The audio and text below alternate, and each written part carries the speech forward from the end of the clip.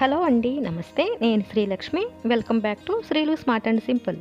ఈరోజు మన వీడియోలో కొత్తిమీరని స్టోర్ చేసుకోవడానికి ఒక చక్కటి ఐడియా చూద్దామండి. ఆల్రెడీ మన ఛానల్లో కొత్తిమీర స్టోరేజ్ టిప్ అనేది ఒక వీడియోని నేను పోస్ట్ చేశాను. ఆ వీడియోలో నేను కొత్తిమీరని ఫ్రిడ్జ్లో మనకి ఎక్కువ రోజులు ఫ్రెష్గా ఎలా ఉంచుకోవాలో చెప్పానండి. కానీ ఆ వీడియో చూసిన వాళ్ళు చాలామంది ఫ్రిడ్జ్ లేకపోతే కొత్తిమీర ఎలా స్టోర్ చేసుకోవాలో, అంటే బయట కూడా మనకి ఫ్రెష్గా ఎలా ఉంచుకోవచ్చో చెప్పమన్నారు. వారి కోసమే అన్నమాట ఈ వీడియో అనేది. ముందుగా కొత్తిమీరని ఇలా క్లీన్ చేసుకోవాలి. వేర్లున్న కాళ్ళన్నీ కూడా ఇలా ఎండిపోయినవి, కుళ్ళిపోయిన ఆకులు ఉంటే తీసేసి ఇలా నీట్గా పెట్టుకోవాలి.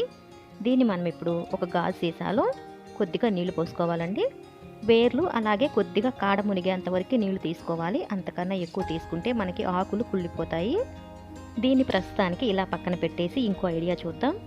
సెకండ్ ఐడియాలో మనకి వేర్లు ఉన్నా లేకపోయినా ఎలా ఉన్నా పర్వాలేదండి, దీన్ని మనం స్టోర్ చేసుకోవచ్చు అనమాట. దానికోసమే నేను ఇలా శుభ్రంగా చేసి పెట్టానండి. ఉన్న కొత్తిమీర అంతా కూడా శుభ్రంగా ఈ విధంగా నీట్గా రెడీ చేసి పెట్టుకున్నాను.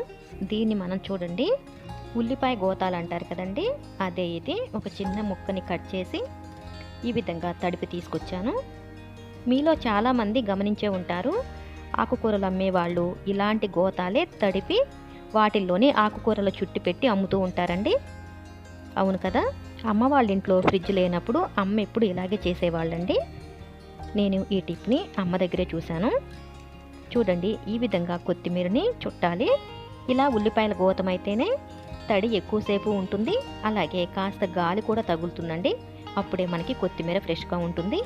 ఇలా చుట్టిన తర్వాత ఓపెన్గా ఉండే ఒక చిన్న గిన్నెలో కానీ లేదంటే ప్లాస్టిక్ డబ్బాలోనైనా సరే ఈ విధంగా పెట్టొచ్చండి.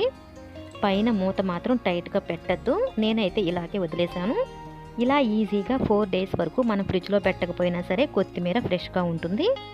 తప్పకుండా ఈ టిప్ అనేది మీరు ట్రై చేసి తర్వాతే నాకు కామెంట్ చేయండి. ఇందాక దీన్ని పక్కన పెట్టేశాం కదండి. ఇప్పుడు ఇంకా చూడండి, దీనిపైన కూడా ఇలా ఉదయం సాయంత్రం కొద్దిగా నీళ్ళు ఈ విధంగా చిలకరించుకోవాలి. ఇప్పుడు ఇంకా చూడండి, 2 days తర్వాత కూడా కొత్తిమీర చాలా ఫ్రెష్గా ఉంది కదా. మనం పెట్టినప్పుడు ఎలా ఉందో అలానే ఉందండి. ఇంకా 2-3 days అయినా ఫ్రెష్గానే ఉంటుందండి.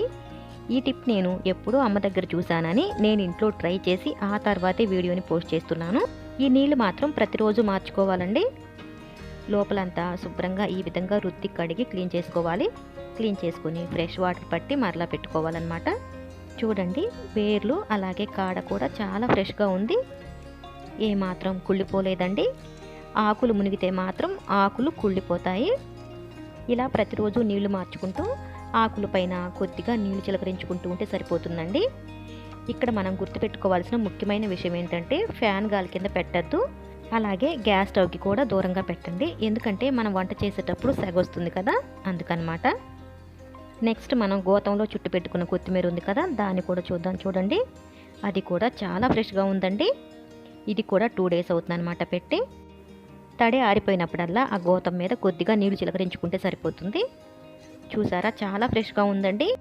ఈ వీడియో మీకు నచ్చిందని అనుకుంటున్నాను. నచ్చినట్లయితే ప్లీజ్ అండి తప్పకుండా లైక్ చేసి షేర్ చేసి మీ అభిప్రాయాన్ని కామెంట్ సెక్షన్లో తెలియచేయండి. ఇలాంటి మంచి వీడియోస్ కోసం మన ఛానల్ని సబ్స్క్రైబ్ చేసుకోవడం మాత్రం మర్చిపోవద్దండి. Thanks for watching this video.